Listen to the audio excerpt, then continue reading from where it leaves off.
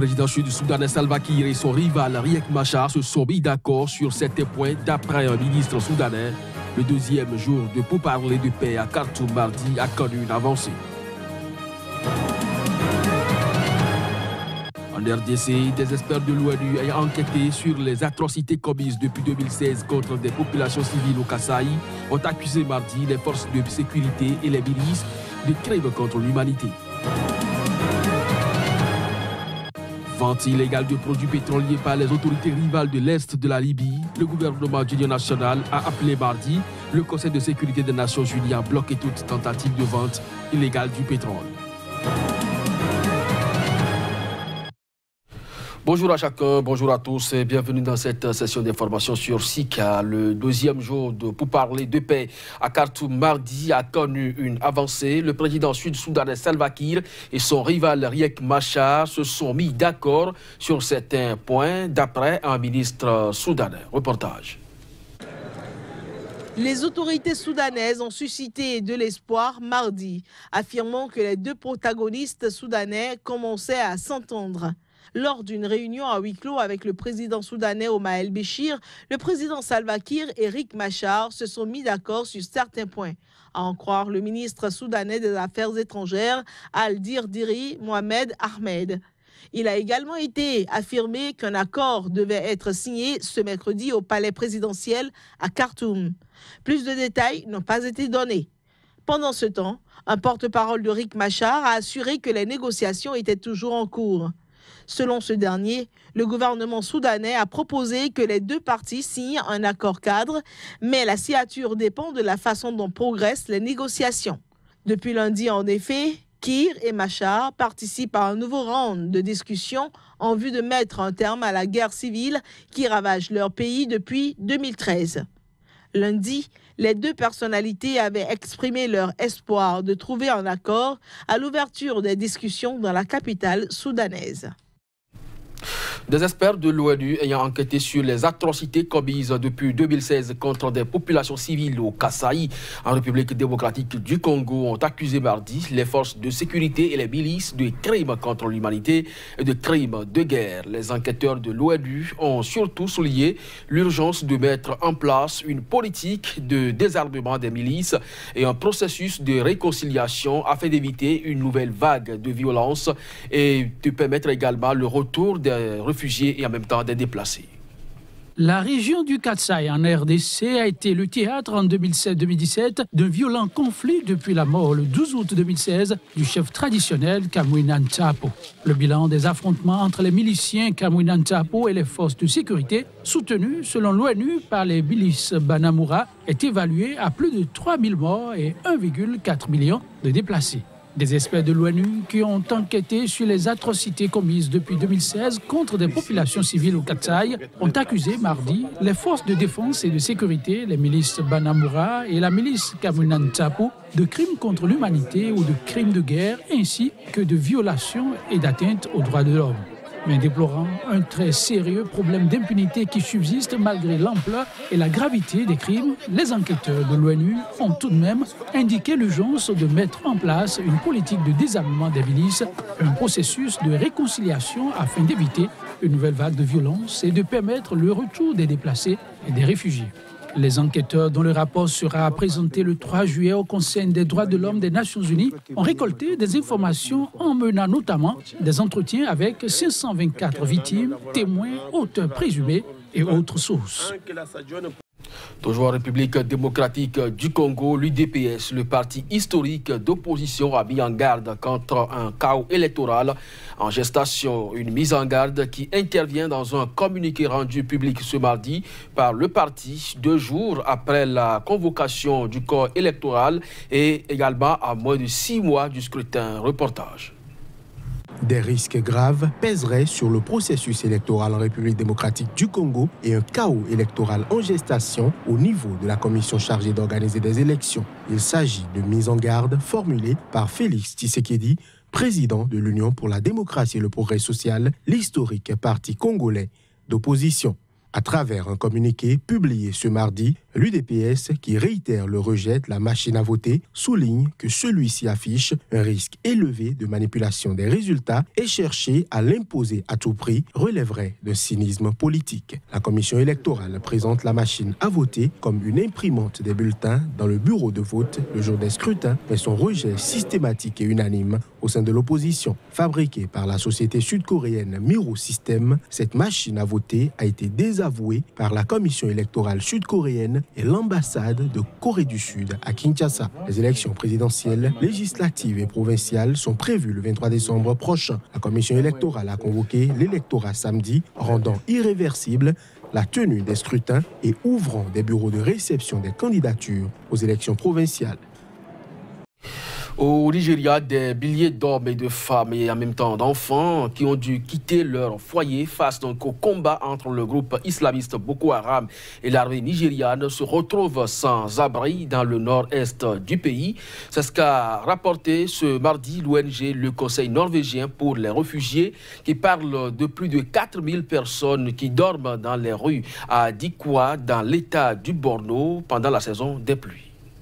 Selon le Conseil norvégien pour les réfugiés, plus de 4000 personnes dorment dans les rues de Dikwa, dans l'état du Borno, alors que de fortes pluies s'abattent actuellement sur la région. Dans un communiqué, la direction du NRC pour le Nigeria s'est dit extrêmement inquiet de leur sort et redoute des risques importants de paludisme, de typhoïde et de diarrhée. Les autorités nigérianes qui affirment que le groupe djihadiste est vaincu tentent d'encourager les déplacés, plus de 1,7 million de personnes dans le nord-est du pays selon l'ONU, à rentrer chez eux. Mais pour les humanitaires qui travaillent dans la région, les villes et les villages en dehors de la zone protégée de Maïdougouri, la capitale du Borno, ne sont pas encore prêts à recevoir un tel afflux de personnes et la sécurité n'est toujours pas garantie. Beaucoup de gens qui sont rentrés chez eux retournent régulièrement, aidés par les ONG dans les camps ou les villes plus protégées où il manque également des services de base. Les combats et les mouvements de population qu'ils entraînent sont constants. En mai dernier, 21 207 personnes se sont réfugiées dans 5 villes du Borno, dont celle de Dikwa, et les Nations Unies attendent 115 000 autres déplacés dans les mois prochains. Vente illégale de produits pétroliers par les autorités rivales de l'Est de la Libye. Le gouvernement d'union nationale a appelé mardi le Conseil de sécurité des Nations Unies à bloquer toute vente ou toute tentative de vente illégale de pétrole. Le communiqué diffusé par le gouvernement d'union nationale est on ne peut plus direct. Il stipule que remettre les terminaux pétroliers à une entité qui n'est pas légitime ne fait qu'exacerber les tensions en Libye, nuit au processus d'entente et incite à la discorde et à la division. Lundi, en effet, le maréchal Khalifa Haftar a annoncé que toutes les installations sous contrôle de ses forces seraient remises à la compagnie de pétrole du gouvernement parallèle basée dans l'est du pays. La Libye s'enfonce un peu plus dans la crise avec un nouveau bras de fer entre les autorités politiques rivales autour du contrôle des terminaux pétroliers et de la gestion des revenus de l'or noir, loin des engagements pris le mois dernier à Paris. En effet, l'armée nationale libyenne contrôle notamment les 4 terminaux du croissant pétrolier au nord-est, en plus du port de Hariga, près de la frontière égyptienne, par lesquels l'essentiel du pétrole libyen est exporté. Jusqu'ici, ces sites sont gérés par la NOC, qui a adressé une mise en garde aux entreprises internationales contre la signature de contrats d'achat de pétrole auprès d'institutions parallèles. Ce sera donc tout pour les informations. On retrouve le sport dans un instant.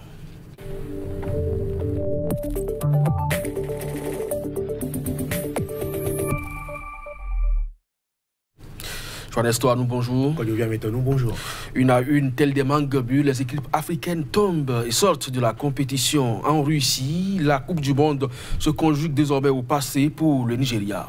Tout à fait, quand je viens maintenant, il faut dire d'entrée que la Coupe du Monde, c'est une compétition qui se prépare au mieux. Et il faut du sérieux et il faut surtout bien rentrer dans la compétition ne pas attendre d'être défait lors du premier match avant de rebondir, parce que souvent le troisième match fonctionne un peu comme un coup près qui peut emporter votre tête. Hier, en ouverture de rideau, il y avait un insipide Danemark-France, 0 but partout, rien, absolument rien à se mettre sous la dent. Il faut préciser que c'est le premier 0-0 depuis le démarrage de cette phase finale de Coupe du Monde. L'Australie s'est inclinée 0 but contre 2 face au Pérou. Carrillo à la 18e minute de jeu, puis Paolo Guerrero, l'attaquant capitaine du Pérou pour le second but. C'était à la 50e minute de jeu. L'Islande, elle s'est inclinée devant la Croatie, équipe bis de la Croatie. La plupart des cadres étaient au repos, mais Badelj a ouvert le score pour les Croates. L'égalisation est venue sur un pénalty transformé par Gylfi Sigurdsson, puis le but vainqueur est venu des pieds de Ivan Perisic. Le match tant attendu qui a intéressé tout le continent noir, c'est la défaite du Nigeria face à l'Argentine de Lionel Messi. Messi qui a d'ailleurs ouvert la marque sur un amour de passe en profondeur d'Ever Banega, qui est allé crucifier le jeune gardien nigérian. Victor Moses a égalisé sur penalty suite à une faute de Javier Alejandro Mascherano, mais Marcos Rojo a délivré le peuple argentin. C'était à la 86e minute de jeu sur un centre de Mercado. Les affiches sont donc connues, Danemark-Croatie, puisque Croatie première avec 9 points engrangés face au Danemark donc, et puis cette équipe de France qui s'argera de se défaire de la bande à Lionel Messi. Vous parlez donc de Messi qui a ouvert le score, et là Messi gaucher qui marque avec un pied droit. Vous avez donc le signal qui est donné pour que l'Argentine normalement se qualifie. Alors est-ce que le niveau de jeu, vous parliez donc d'une France-Danemark insipide, la prestation donc aussi à ce niveau, est-ce que le jeu affiché par la France par exemple peut inquiéter l'équipe l'Albi Céleste? C'est un jeu qui peut inquiéter à juste titre. Pourquoi? Parce que on a l'impression que dans cette équipe de France, il y a des joueurs de qualité, mais qui sont laissés au banc pour d'autres, alors qu'on aurait pu expérimenter des joueurs comme Florian Thauvin, meilleur buteur français du championnat de France avec l'Olympique de Marseille la saison écoulée, il est resté au banc toute la partie. On a beaucoup de joueurs qui sont quelque peu des joueurs frissons, mais qui peuvent apporter quelque chose. Quand le joueur français, en tout cas Antoine Griezmann, a joué durant au moins 70 minutes de jeu, vous pensez qu'il y a meilleur que lui aujourd'hui? Il n'y a pas forcément meilleur en équipe de France qu'Antoine Griezmann, mais il y a des potents, parce que vous savez, la compétition, la Coupe du Monde, c'est sur un mois. Et à un moment, certains joueurs peuvent flancher, soit être moins bons, soit avoir des soucis de blessure. Donc c'est important d'intégrer tout le monde à la dynamique de jeu. Au cas où, peut-être en quart de finale ou en huitième de finale, il y a des joueurs qui sont blessés ou qui ne sont pas assez bons pour continuer, pour que ceux qui sont sur le banc soient déjà dans cette dynamique-là et puissent s'intégrer. Vous auriez souhaité que la France présente un peu le schéma de la Croatie en alliant une équipe bis pour tester tout le monde? Il faut tester, il faut tester. On sent que le sélectionneur Didier Deschamps est un peu, on dirait... frileux, très frileux, très frileux.